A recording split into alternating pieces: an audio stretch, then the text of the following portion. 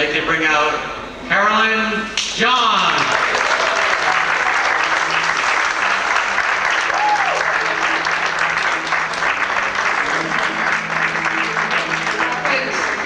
That makes me feel sick. Come on, you guys, come up the front. Come on. I'm not going to bellow. I think this should be an intimate talk, don't you? But I'd just like to thank you all for such a wonderful weekend. You have been fabulous, and I'm only sorry Jeffrey, my husband, couldn't be here, because he had really loved it. There's been so much diversity, you know, and you've all been great. Thank you for giving me such a warm welcome to America.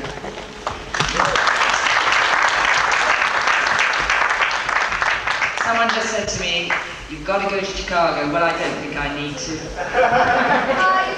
I think Springfield is pretty good. So, would any of you like to start the ball rolling and ask me some questions? Yes. How did you get into that? Well, I had been with the National Theatre in Great Britain for about 4 or 5 years when Sir Laurence Olivier was... I know some of you guys have heard this, just bear with me. And I found it very difficult getting into television. I'd sent head pictures and CVs of myself, but in those days television and theatre were very separate. They're much more, they're closer now. But if you were working in one medium, it was very difficult to get into the other. And eventually, in pure frustration and exasperation, I had a picture taken of me up a ladder in a bikini and sent it round to the same guys I'd sent the first batch of letters to, and I got a reply to every one of them and an interview. But I didn't wear the bikini to the interviews. And I actually hadn't known they were looking for a new girl, and a director called James Kathleen Jones passed my photo on to Derek Sherwin, who was producer at that time, and they called me in and I got the interview, and God knows how. I never had to read anything. I think they were all a bit shattered that somebody who's usually in a long dress and spouting Shakespeare or plays suddenly could talk normally. And I got the job, and I hadn't realised till I got it what a wonderful thing it was. You know, I thought it was a kid's show. But when I got there, they said, well, we're bringing in Jon Pertwee, who of course I knew, but he was from Light Entertainment. And then they said, well, we're going to use colour for the first time. But it was a bit dicey whether they were going to continue Doctor Who at that time. So the budget was very small, so thence I never got to actually get into the TARDIS and zip off somewhere. So they were all earthbound, even though there was Inferno, which had 2 parallel times at the same time. So I didn't get to some glorified planet and meet the Mekon of my delight. Anything else? Hi. How do you get along with Jon Pertwee? Very well. He's a great actor as well as a comedian. I mean, he was, God bless him. And I was very nervous, and I didn't appreciate at the time that Jon maybe was nervous too. It was the first acting serious role he'd had, though of course he always had the twinkle in his eye. But I think people had bracketed him at that time as very sort of... He did a radio thing for years. Is it the Navy Lark? And he'd been in something on the way to the Forum. All very light entertainment, sort of Kenneth Williams. So that was quite a move for him too. But he never let on, and he looked after us like a father figure. He was wonderful. Brilliant to work with. I mean, you can tell immediately if somebody looks at you or sort of looks past you. He was never superior. I met him the first time when we went to have sort of makeup practice with the people who were going to make us up. And so he was in a makeup chair, and that's how he leaned back and said, hello, ducky. You know, with he's got a slight lisp. And when we were doing Ambassadors of Death, we had a very good director called Michael Ferguson. And we came to the last run of several episodes in rehearsal. And he said, now, I want you all to do something different. So I did Liz Shaw with a lisp. I forget what Jon was. I think he was pretending to be the master doing the rehearsal, but it was good fun. Shook up all the episodes, But afterwards I thought, well, it was a bit risque, because he's got a slight lisp himself. And my elder sister said to me, quite recently, did you know when you were a little girl that you had a funny lispy word? And I never realised I had. I must have got rid of it quite early. So, but I mean, he really enjoyed it. So maybe I should have played Lisio with a lisp. Any more questions? Hello. Hi. Television in England right now, there's a big explosion in terms of channels and stuff. Do you think that's making more opportunities for actors, or do you think it's actually worse because they're trying to churn out too much stuff, or they're bringing in a lot of foreign stuff? Well, they're bringing a lot of USA stuff, unfortunately, and I wish I could say they're making lots more stuff. We all think, as soon as this sort of thing happens, gosh, you know, we've got a new government who are taking the tax off certain films and things like that. This is going to be great. But over the summer, very few things have been made, and it's an awful lot of repeats. I mean, it's been great for my husband, Jeffrey Beavers, because Jewel in the Crown he was in has been repeated. He was in a Morse, a very British coup, which I was also in. So we've done well on repeats, but you really need new stuff. Let's keep fingers crossed. It is very difficult now, and what started to happen is the very big stars are taking minute parts, which means the backup actors, like I call myself a working actor, tend not to get so many now, because big stars who 10 years ago would never have accepted a small part are now taking them. And they say, well, it's a cameo role, but they would never have done it 10 years ago. So all down the line, people are missing out. I mean, it's quite tough. My daughter wants to go into the business, and I just sincerely hope she really does want to. I won't stop her, but it is very nerve-wracking, because it's very depressing being out of work. Jason said this last night when I heard him in his talk today. It's, you have to have tremendous energy to keep going when people keep refusing you. I mean, maybe some of you guys have been refused an interview, and if you keep getting refused, you begin to think it's you. It's not. I have to be quite blatant, but they don't give a damn if you can act or not. They just, if your face fits the part as you walk in the door, you've got the part. So if your sort of face is what's in their mind, how can you tell? I did go for one interview once for the mother of a girl, and I walked in and I was offered the job immediately because I was much blonder then, my hair was frizzy at the time, and that's what the daughter was. And I didn't argue with him. I didn't have to read, he just said, look, listen, I'd love to give you the part, you look so like the daughter. I mean, I thought, well, from the 10 jobs I haven't got, this is great. So, and I think that's getting a little like that. I think also the soaps are doing very well. But things like Middlemarch, there's a great big splurge about them, but they're not being made as regularly by the BBC anyway. Quite often, the BBC have cut down on making the things actually themselves, and they're put out to tender. The cheapest person will get, you know, the goods and be able to make it, which means that everyone down the line gets less paid, you work longer hours, and if you won't do it, there are about 200 people who'll do it if you won't, if not more. You can't be too choosy now. I've been in a series called The Bill, which is a police series in England, playing a doctor who comes in occasionally. And fortunately for me, because it was quite a difficult dilemma for me, they rang up one day, I was doing a play, so I couldn't have done it, but they wanted to know that, and said, they didn't offer me the part again, they just said, would Caroline be interested in coming to do this for so much money, less than what I've been earning? Now, if they start to do that to everyone, it's very bad, because if I've been out of work for 3 months, you depend on television for money. And luckily I'd say, no, I'm sorry, I can't do it. They didn't have to know the reason why, but I stood there thinking, now, if I'd been out of work for 3 months, would I have said yes and taken the lower? I mean, I wasn't going to be paid much anyway. So the first people they gun at are actors, because there are so many of us. If there are a few, and another thing, the very big stars are taking bigger cuts, which means that the working actors beneath them have to take a lesser cut. So I think when there's so many thousands of millions being spent on big names, I think sometime they've got to say no, everyone should have a share of the pie. But it's names that sell the business. Well, sorry, I'm just looking. Can I ask this gentleman first? I was wondering something.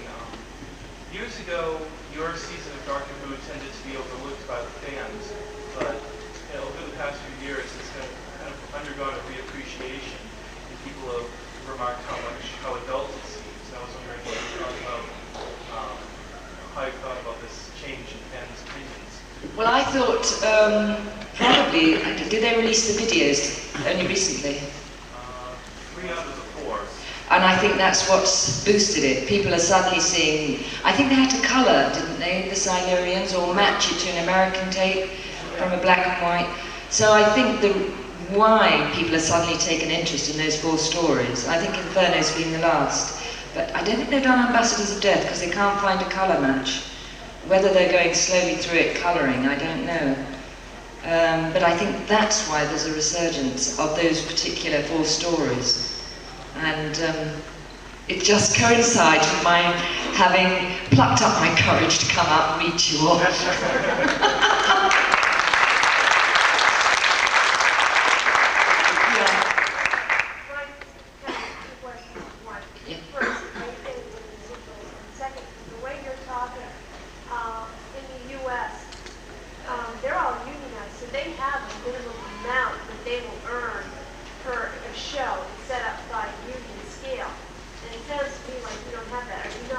I am a union member, but I hate to have to tell you, dear Mrs. Thatcher,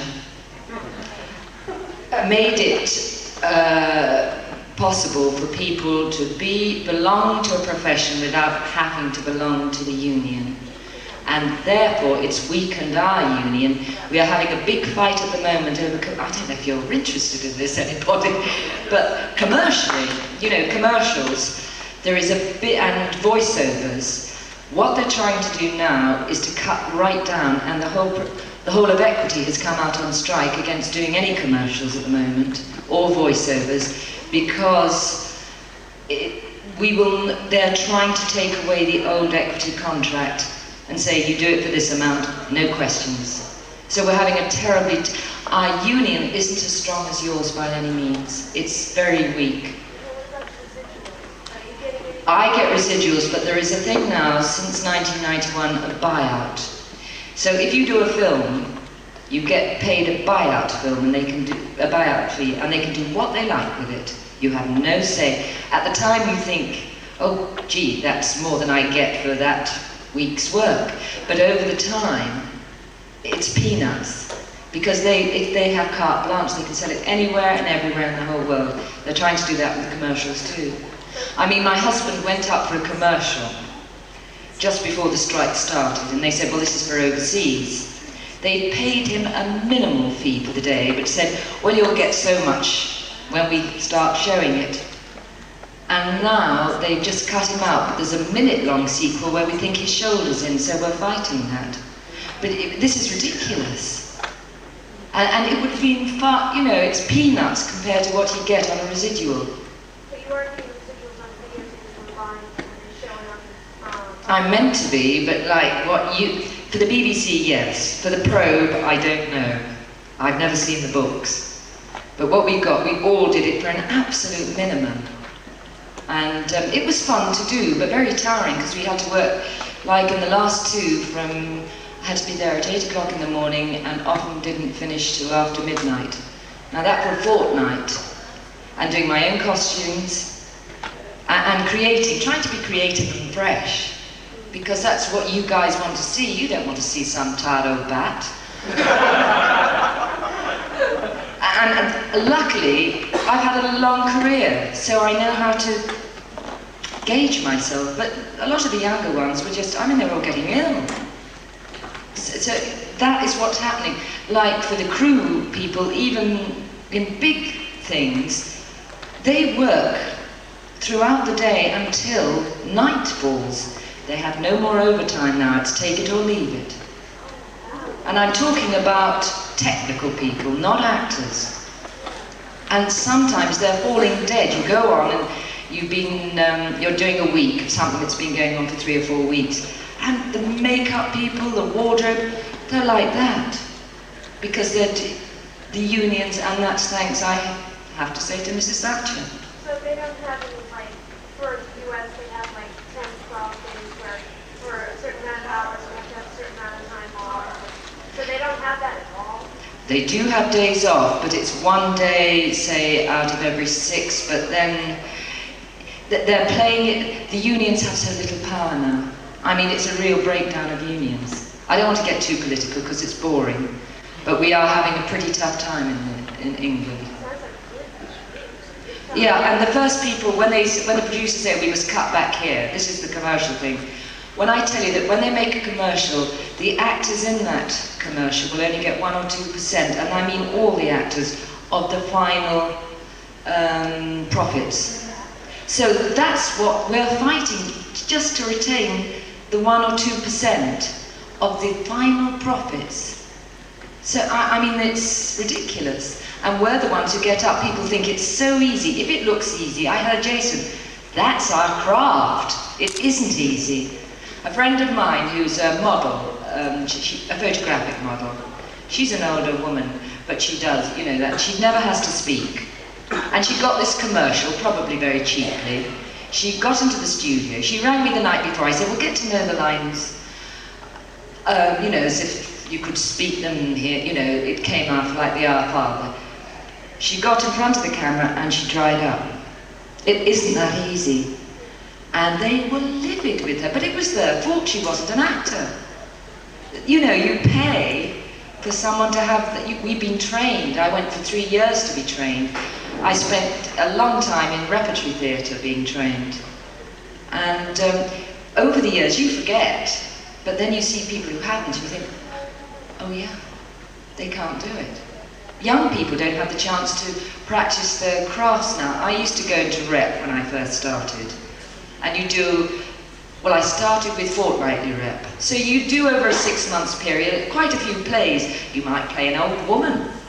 You might play a maid, you might play the lead. It depended, but you were learning. But now, if I go out into rep, I did last year, you play one part, maybe over 3 months, but that's all you play.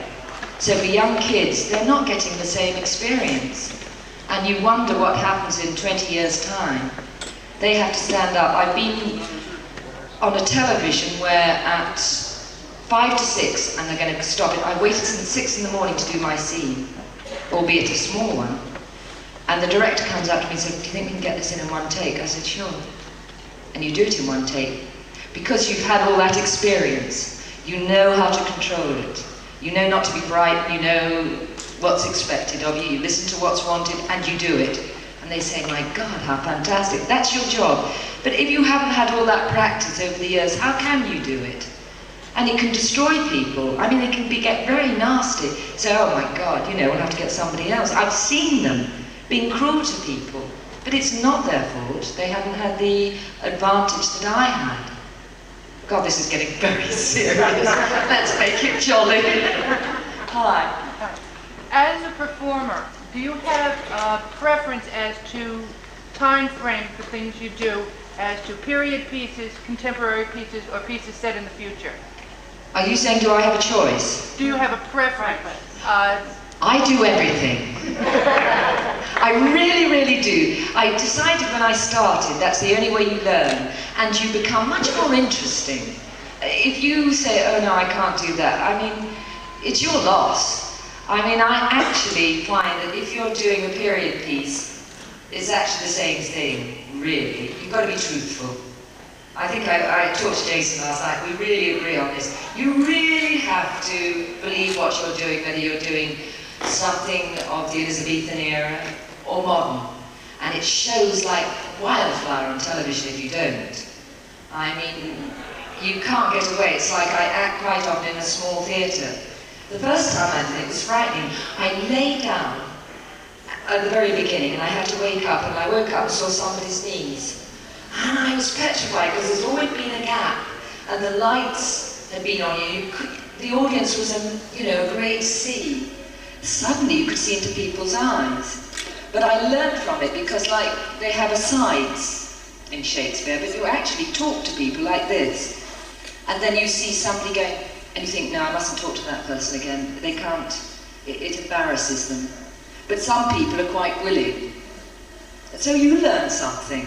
And actually the asides are great, because you can do it quite quietly to them and directly, and it's like talking one-to-one. I think it's good, and the audience feel terribly involved, which is great. So I have no preference, really. I like a nice juicy roll. Book of the period. Hi. I would say one thing I agree with you about, having to believe in what you're doing. I mean, one of the things I noticed, they did a remake a few years ago of Dark Shadows. The show was great, it looked gorgeous, the cast was excellent. So the guy that played Martin Collins, obviously, was looking at it like, well, how can anybody believe this stupid stuff? And it showed, it really showed. But there you go. You have to believe. If you don't believe, how can you expect all you guys to believe? I can tell immediately.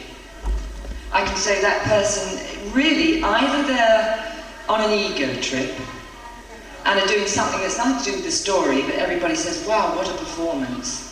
And you come out and say, yeah, but what about the story, the play? But you can see it, like, and if somebody like that, they shouldn't have got the job. And if they didn't, the director saw that, he should have said, listen, pay him off and get somebody else. Or her. But it's very frustrating when people say, aren't they wonderful, and you keep zipped up. Because the first thing you're told is that you're jealous, or you're an envious person. They don't respect you for knowing your job, and saying, well, that guy or that gal hasn't got it.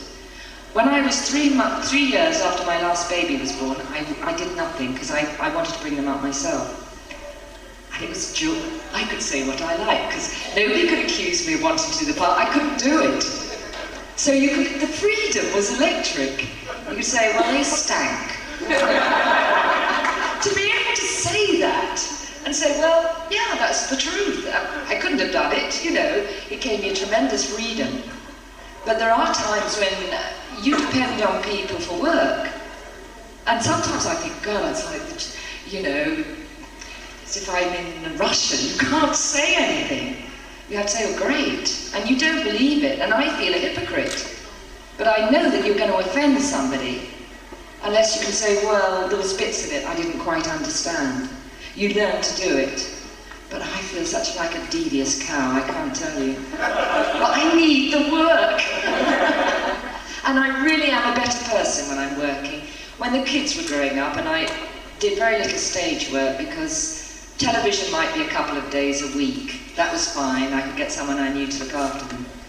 And I was so much nicer mother because I'd been away, and I always thought, oh, well, I'll be a mum and it doesn't matter. But when you've been training and you get that wonderful feeling, it's very difficult when day after day you're saying, yes, darling, no, yes, come on, off to school.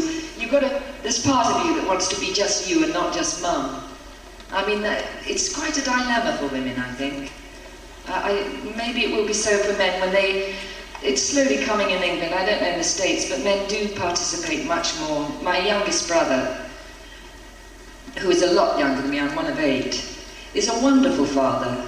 And he does all the housework, because both he and his wife they run a tile place where they decorate tiles. And she takes on looking after the kids, or, certain things, and he's responsible for the house. And I think, wow. I mean, Geoffrey's very helpful, he's learned to cook at last.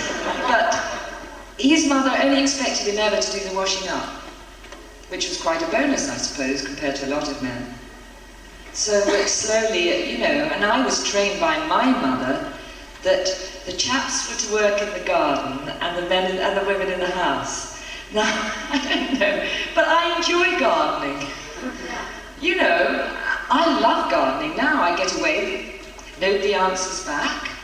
There are all the flowers growing, the vegetables. I love growing vegetables. I mean, you go out half an hour before you need the spinach and you get fresh spinach. It's great. And even though we live very near to London, I've sort of turned half my garden, the neighbours all look, because it's weird, they all have flowers and lawns, but I like vegetables. So I do enjoy that. And fruit, we have raspberries, strawberries. It's great. It's a funny dilemma for us all us women. We're changing, you know, how much you're going to, you know, I've always had that dilemma. But at least I'm so glad my kids are grown up now and they're really nice people.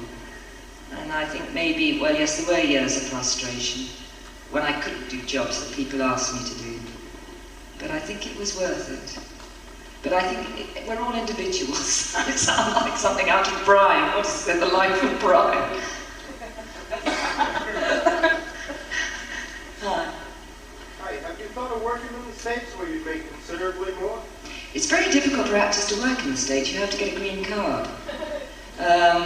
If a director or producer wanted you badly enough, or you were married to an American, then it's easy. But there's a thing, because the equity is so strict here, if I came in with a show to New York, then some American would have to go with a show to London. You've got to have the equal thing. Now for films, I think you have to get a special license for the producer to say there is no one on this earth that can do it but this guy or this girl. And that's the only way you can get your green card. For that specific, or they'll come over and make the film in Europe, then you're okay. But I listened to Jason this morning about the way he was paid for some job, and that's how they get round it. You go and do the job, but you're not paid from the States. You're paid in a very devious way, so that's the only way you can do it. It's ridiculous, really. I mean, some people, I've got a friend who lives in LA who is now, I think she's an American citizen, but she also has her British passport. She can work in both places. I don't quite know. I'd have to get her here to tell you how to do it. Yes? I have a question for you. You said around the bikini picture to get into television. Once you got into television, you did a season of Doctor Who. What was it like leaving it? Did it get you into television, or did you become some sort of Doctor Who girl stereotype? No, because I was only in it for so short a time. And I've talked to the other girls about this, and those who stayed for 3 years or longer got very fixed with that character. Because I was only in it for a year, I then had Ben, my first son, the following autumn. And then, this is the most weird thing. The first month I was breastfeeding, I got the offer of 11 different jobs and turned the whole lot down. I mean, but I didn't feel I was crazy at the time. You have to do what you think's best at the time. And I just thought, no, I've had all this baby, I want to enjoy it while it's little. So, but that was my choice, and I'd say nothing to anybody who did the opposite. We all have to do what we feel is right at the time. But no, it didn't. I think, and Louise Jameson's the only other one I know who was only in it for 9 months a year. And it hasn't, you know, she's gone on to other things. So I think it was probably a blessing at the time. Now it doesn't matter. You get loads of other jobs if you've been in a soap, because all they want is big names. It's not quite the same system as it was 25 years ago. It's changed rapidly. Did you feel bad about leaving, or did it sort of... I knew I couldn't go on. I mean, in a way, it was a blessing in disguise. Because the first thing Derek Sherwin said to me is, "You're not going to get pregnant this year, are you?" I said, "No, you know, it never occurred to me." But then I did. And I thought, I can't tell anyone. I'd done the forbidden thing. So that's why in Ambassadors and Inferno, I was slowly producing a child without anyone else knowing. The only terrible thing, Jeffrey came on a location with me. I think it was in Inferno, and he kept being sick. I wasn't being sick, but he was. And somebody in the minibus said, "Oh, you know what that is?" And I said, "No." And it said, "Oh," and I can't remember the word, but men sometimes are sick. Do you know what the word is? Sympathy. Sympathy. That's it, sympathy thing. And there he was, and he kept saying, "No." I said, "I think this is called the sympathy thing." He said, "Don't be so ridiculous." But it was! So I thought, oh, the guy must love me. You spent 5 years with working with a man who's often regarded as the greatest actor in English language. What kinds of things did you learn from Olivier? Well, the strange thing was, before I went, I did, oh yes. I mean, when I went, I wasn't quite sure. He's very outgoing, and I had always been an actress who starts from there. He starts from the outside. He'll get the walk, he'll get the look, like the nose or whatever. Now, I never work, I always work from the centre. What's the guy or what's the person thinking about? And let it grow until, yes, oh, those are the sort of shoes, because she shuffles. So I wasn't really in empathy when I went, but my God, when you work with the top, you're just blinded. I mean, a lot of people thought his Othello was very over the top, but the nights, and I watched this night after night in the wings, this amazing performance, when his heart and the technique came together, there was nothing to compare with it. And there was a wonderful night. We had a very late night performance for all the actors in London. And my God, it was like soaring off into another world. And I mean, at the end, everyone was cheering. It was amazing, the privilege to be standing on that stage with this, you knew was unique. And I had this funny arm. And every time he met me in the corridor, he used to say, "A very, very Merry Christmas, Caroline." And he wouldn't go until I'd said it back. I used to say, "A very, very Merry Christmas, Sir Lawrence." And he became, in a way, like another father figure. Very nice, you know, and I did Juno and the Paycock, which is by Sean O'Casey, an Irish writer, and I was playing Mary Boyle. And the first week he got, now this was quite unusual.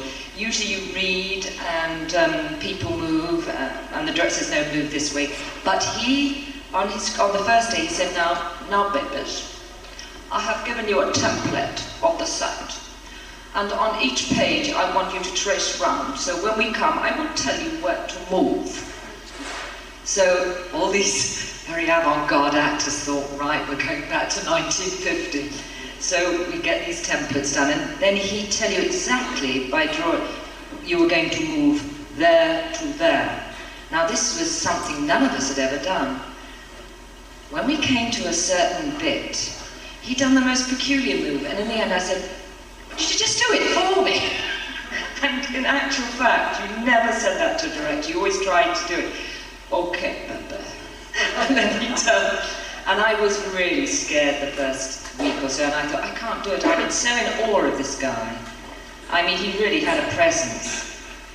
And I thought on the Monday, I'm going to tell him to give it to somebody else because I'm hopeless. He must have read what I thought, because he came up before rehearsal started, said, "Come here, Curry, baby."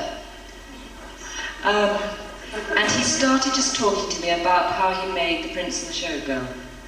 And he said, "I don't want you to shave under your arms, baby." Because I had a scene at the very beginning where I had to brush my hair in a slip. And I said, "No." And he said, "Now Marilyn, she had just once a tiny bit of sweat under her arms, and we had hysterics from a lady." And he was talking to me personally in a very quiet corner, and after half an hour of talking like this and reminiscing about Marilyn and how he made that film, which wasn't, I mean, I think there was a bit of friction, but he didn't say that, but, you know, I suddenly felt at ease with him, and then it was like swimming. It was like teaching someone to swim, and then I had no more fears. So he must have recognized in me this feeling of total awe of a great man. That was brilliant. He was always aware of the other people. If you were on stage and you did anything wrong, he'd come out afterwards. Though he was doing these great speeches, he'd come and say, "What were you doing?" And I had to have, as a Cypriot bit in Othello, a great slash, which I could conceal before I went on, and I had to do it in a very tight corner, come off while there was a lot going on, and then come on, and then pretend that Cassio had slashed me. Well, when we got to Chichester, where we did it, I got a bit, you know, over the top with the slash, and there was blood coming down. He stopped me one day, as Othello. "Too much blood, baby. All over my feet." I mean, he was, you know, it was like almost a god, but you mustn't treat people like that. But it was, I did realise at the time that I was working with the top.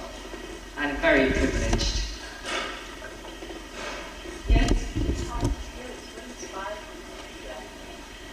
Well, my family had been in acting, and this lady said what inspired me to go into acting.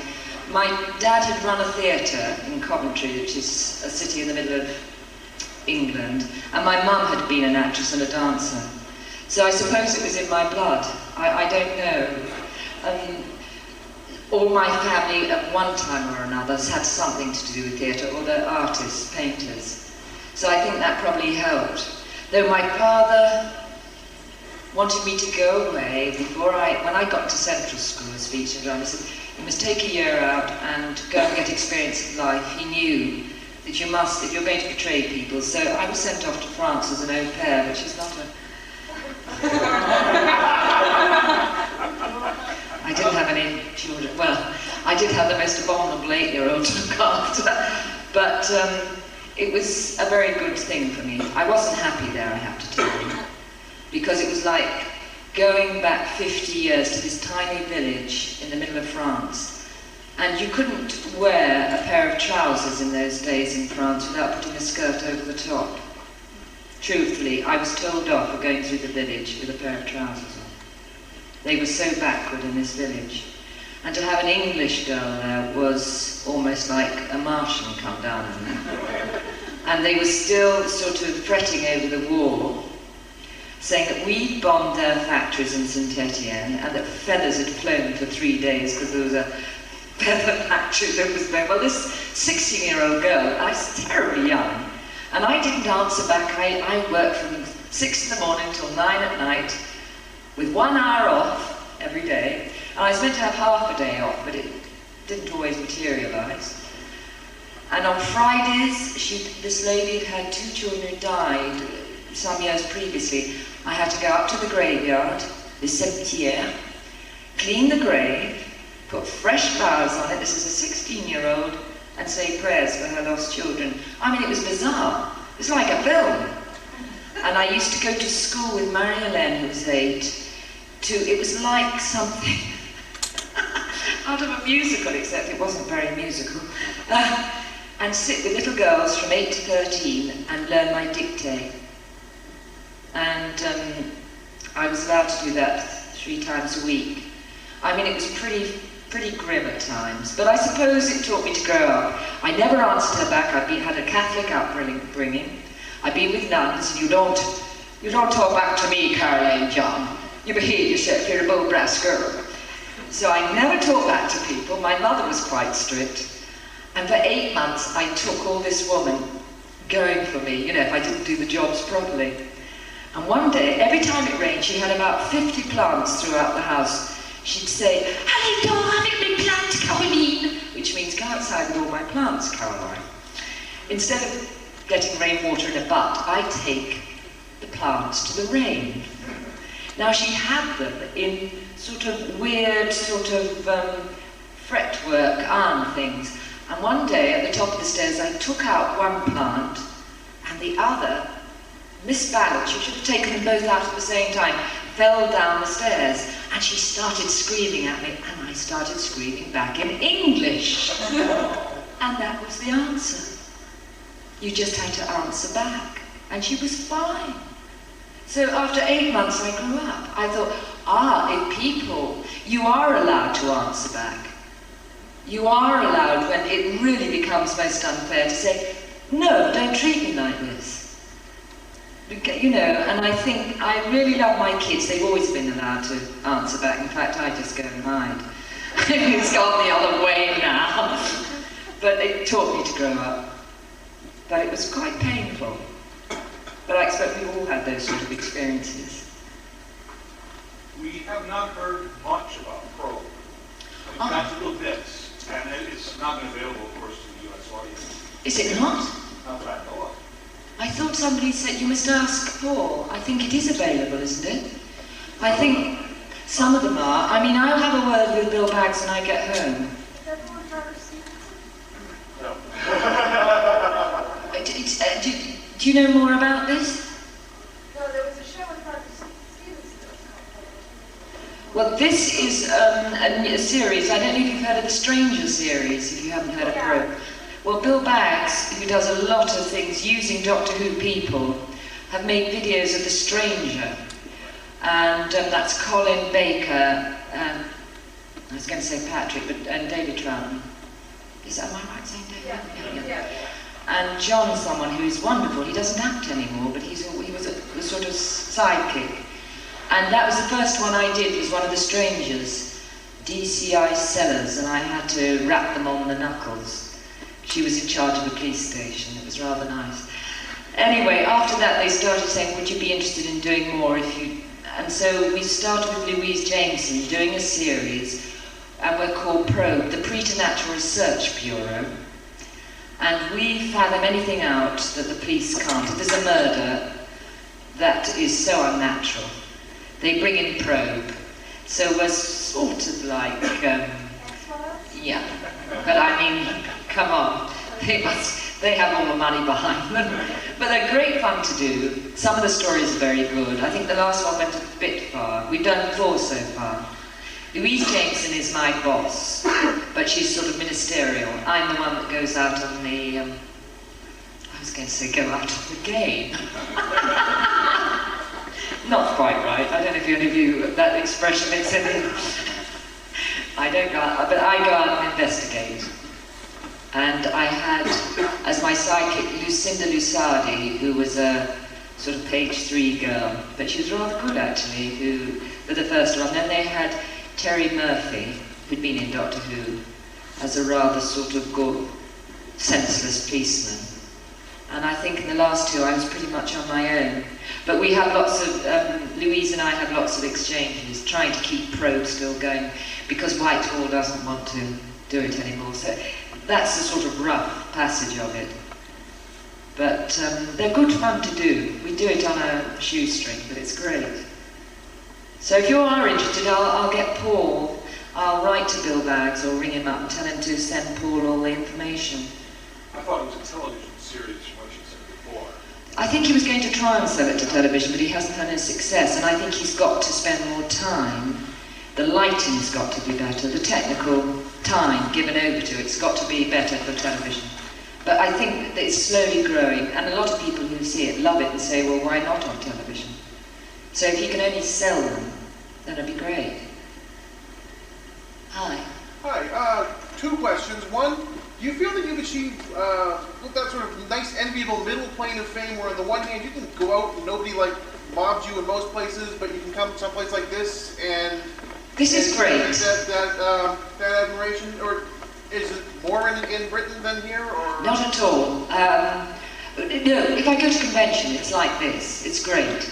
But nobody knew who I was in the street. I have had people coming up and thinking I'm someone else, because they see your face on telly in their sitting room.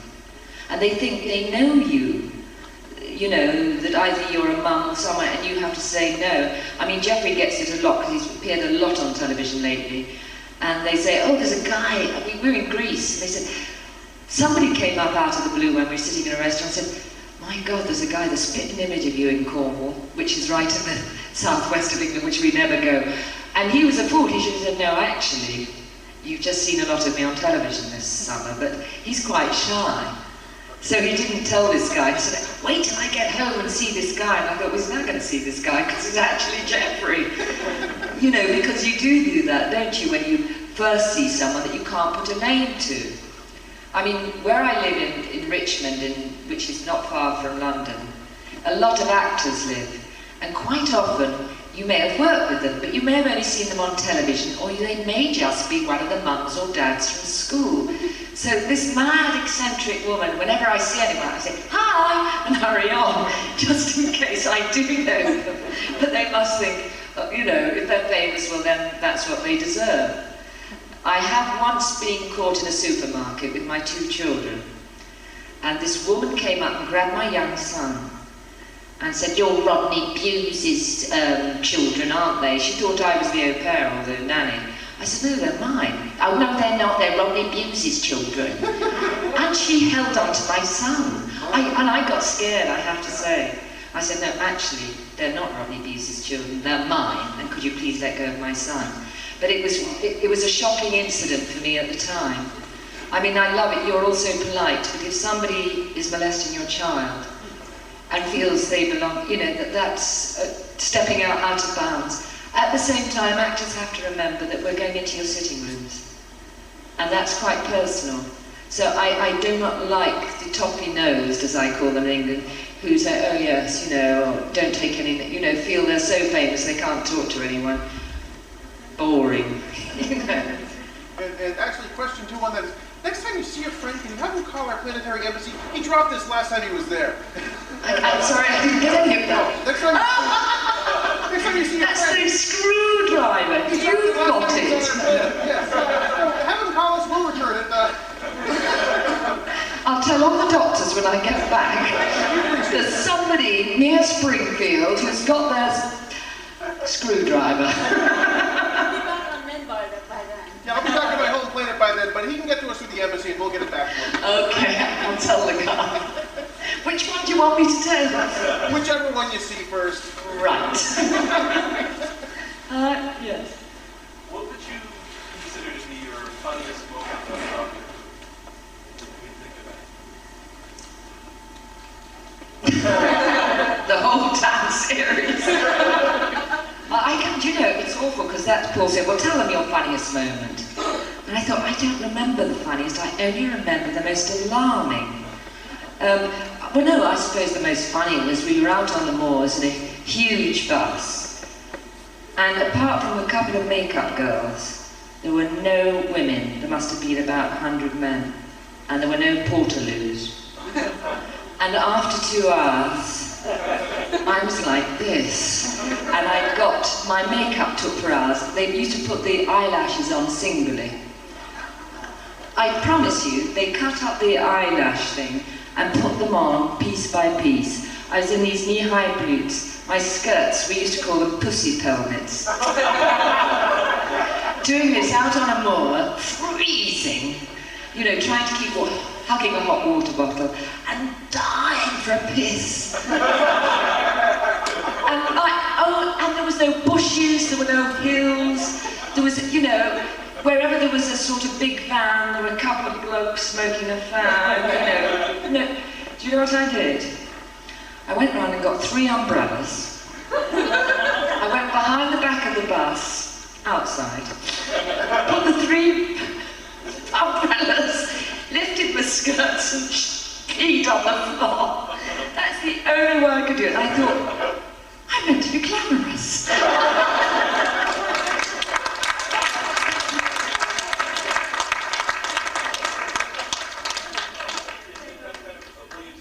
Anyone who was with Jon Pertwee and Inferno to repeat the eye patch joke? Do you not know that one? Well, I don't know if all of you know that. The Brigadier, darling Nicholas Courtney, had war in his other sphere when we were in the nasty world. I'm going back to childhood service. Had an eye patch, and John came up to me and said, Ducky, we're going to wear eye patches for this next scene, and you don't say anything to Nick. So he was sitting at a desk with the eye patch, being very, very vicious. And in we come, and we thought we're going to make him a corpse. And so they say, action, and in we come with our eye patches. He looks up, and not a flicker.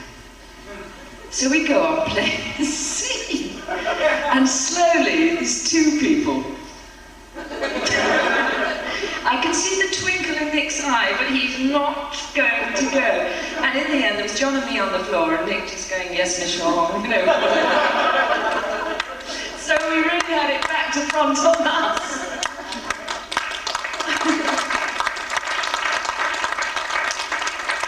I do remember I was very, very sort of, this is me and my background, trying to please everyone. They would never let me wear trousers. I don't know why, because they did it in the next lot. But when I appeared one day, there was Silurians, we were going down in the caves. Now the caves were actually a set in the television studios. And I had begged them to let me wear trousers, to no avail. When I came on, John said, what are you wearing those for? You know, this mini skirt. He wouldn't go. I said, I know, John, but I tried and nobody let me wear trousers. Darling John, he goes and he says, she's not going down those mines in that skirt. I mean, it was brilliant. That's what you needed, a guardian angel. So I put on one of the extra spoiler suits, and it looks great, it's real. The one thing Jon wanted was to keep that series real and believable, to keep the story. We used to change the script a lot so that it was really true and believable, because if you don't believe it, and we don't, it's not gonna work. And that's why that year is so good.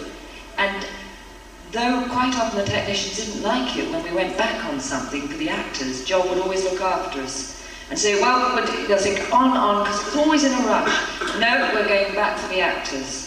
He was brilliant like that. Brilliant. Taught me an awful lot. That, you know, you've got to give us time. We're not robots. And the Silurians, I remember him saying, because my one thing was that they weren't walking differently than we would walk. And he was really a bit upset about that. There was no time given over to teaching the people who were Silurians a way that the Silurians might move that would be different from just this. Because that makes it more interesting for everyone. If, you know, that boy last night who came on with this wonderful walk, it makes all the difference. He's come from a different, you know, gravity level. It's more fun that way, and it's more believable. And surely they should have given time for that. Those are the things that matter, and that you notice. Right, anybody got anything else to ask me? One more thing. Does the Doctor Who office have a black book that they look everybody up in to find you for the 20th and 30th anniversary specials? How do they round you up for that? I should think I'm bottom of the list. Oh, you did both though. They managed to find you. Well, that was lovely when John Nathan Turner. Oh, I tell you, a lovely bloomer I made with John Nathan Turner. You know, 5 Doctors. Well, I had to spit a tiny bit for this, sure, but I was so poor, I said yes. And anyway, it was fun. So I get on the set, and I'm sitting there, and there's all these doctors, there's Diana Sheridan, there's all these thousands of people there that I know Nick and I know John, but I don't know any of the girls or anything, and I'm sitting there, and this lovely guy comes up with curly hair, I think, God, a friend, I wonder where I worked with him. He said, "Hi Carrie, how are you?" And I said, "Fine. What are you playing in this?" I said, "I'm the producer." And we've been firm friends ever since. It was lovely. And whenever we get to an autograph panel, he'd say, "I've got to sit next to Carrie. I've got to sit next to Carrie, John." And we are outrageous, and that's why I loved it with Jason, because he's outrageous, and it's such fun, because it's fun for you and it's fun for us. You know, when you meet us and we're relaxed, it's far nicer than if we're just signing like that. Speaking of Jon Nathan Turner, I have to ask you about a picture I saw in the Doctor Who magazine of the two of you at a convention. It looked like you were wrapping him up like a mummy. That is outrageous, and I don't think we ought to talk about it. But I will.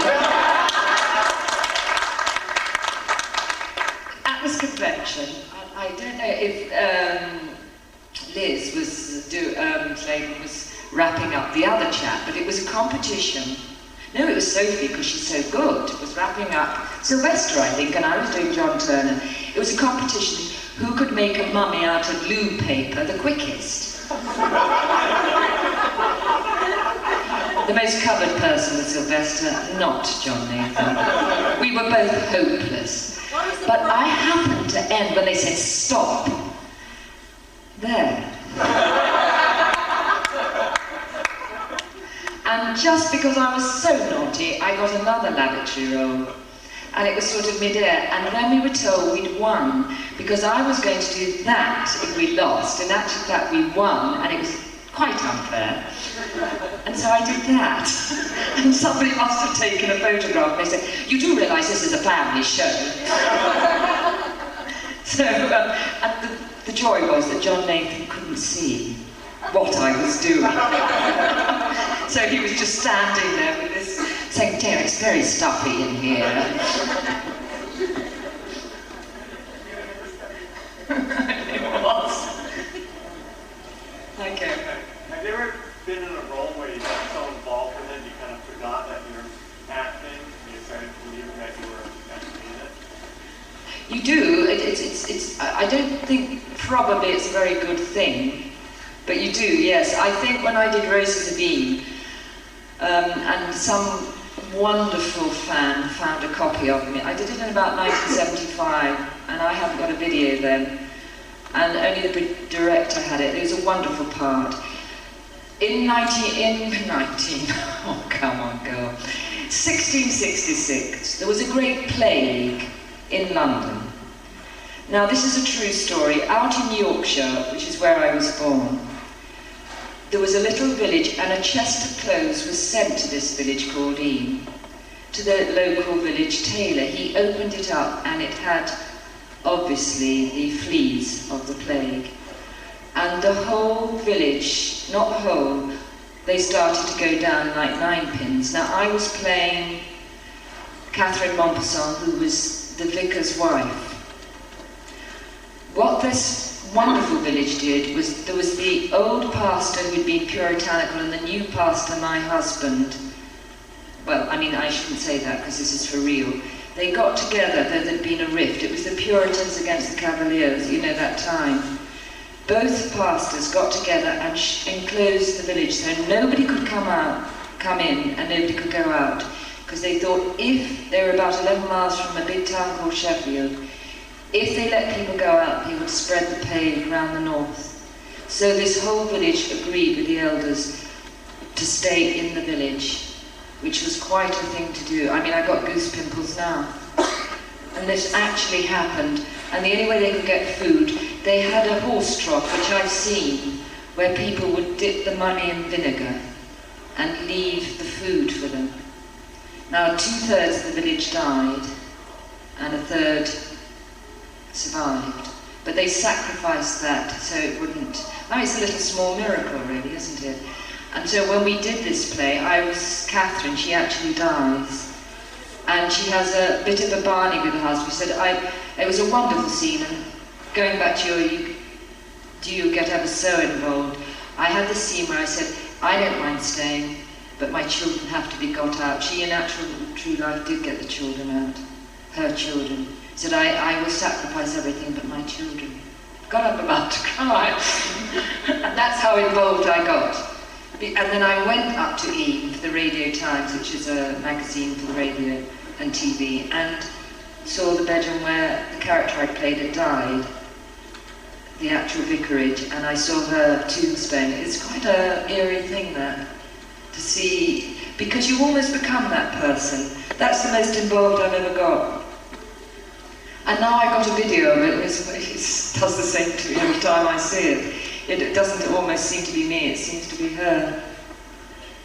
Hi. Just a quick question. You remember what year you were friends?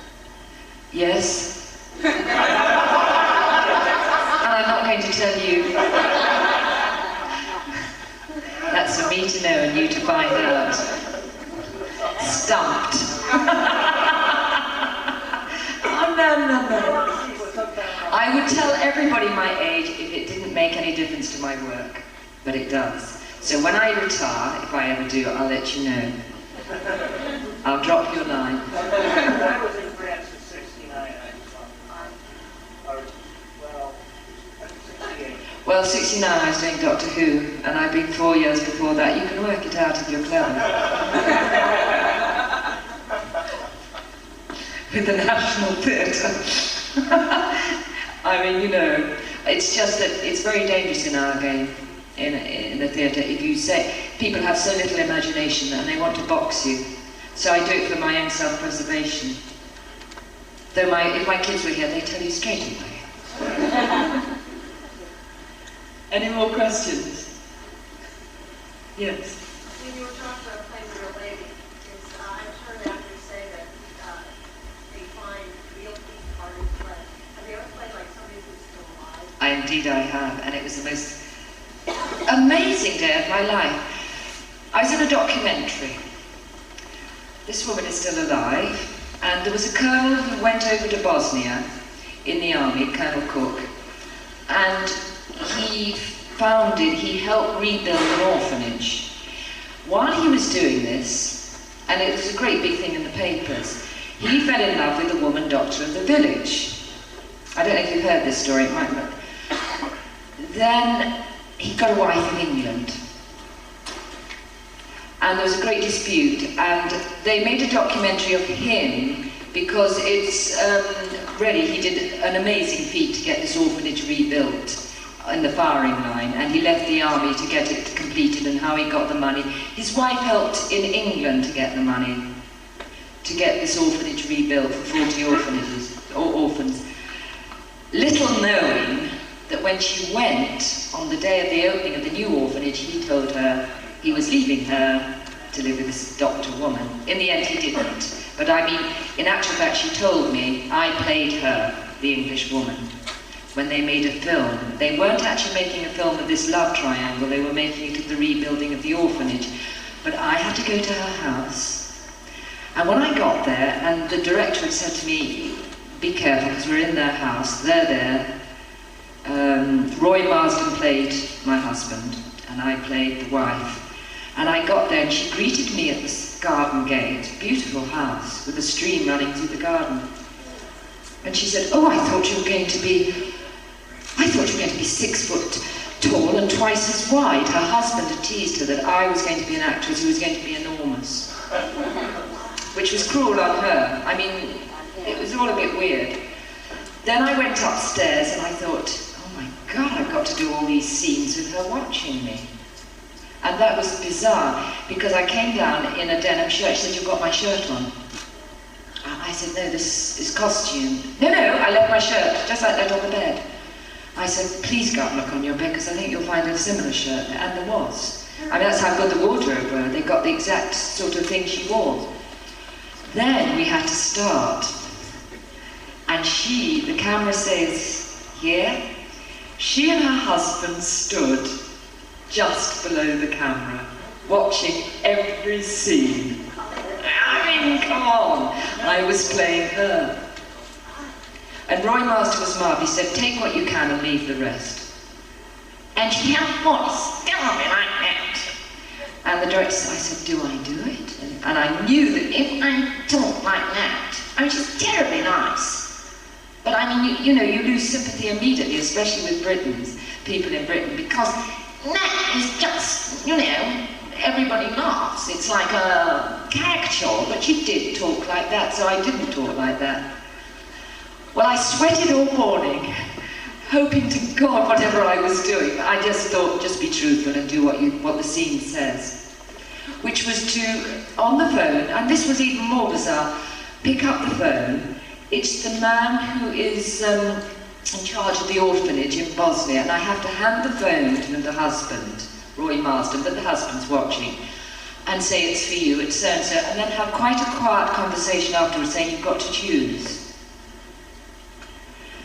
Well, at lunchtime, I'd finished that lot of scenes, and I was leaving last because I went to change for lunch, and she said, we think you're wonderful. And I thought, oh God, thank you so much. Because, you know, you're playing, it's like me playing you. You know, it's quite an ordeal. Now, the bizarre thing was, 2 days later, I mean, this was unbelievable. One of the technicians had used their lavatory and everything had flowed out. He blocked it.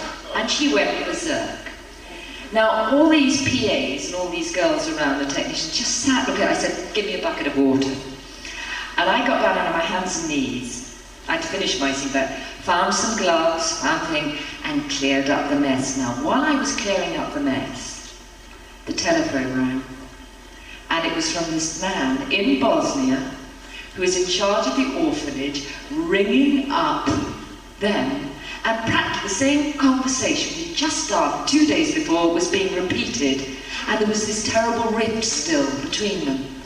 I mean, that's weird, isn't it?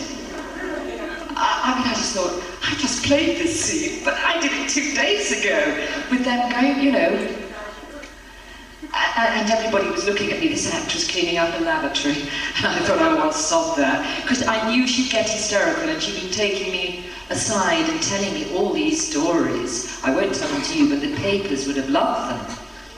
That she told me when she got to Bosnia what happened. And I liked her very much. But when you got over this awful, terribly sort of, it's an army voice. You find people who've been living abroad, expats we call them, who are almost more English than English people. You know, not in, but like in Africa or India. Yeah, and it's very grating, you know, and terribly nasal. It's what? Sounds like Catherine Hepburn. Oh, if only. Oh no, please don't say that. Don't disillusion me. I love that woman. Yeah, well, maybe because she talks like, I don't know. But I mean, it's really talking through your nose, not talking through your mouth. Have you had enough of me now? Do you want me to go? Look, he's yawning. Oh, go away. Right, guys. There it is. Any more questions?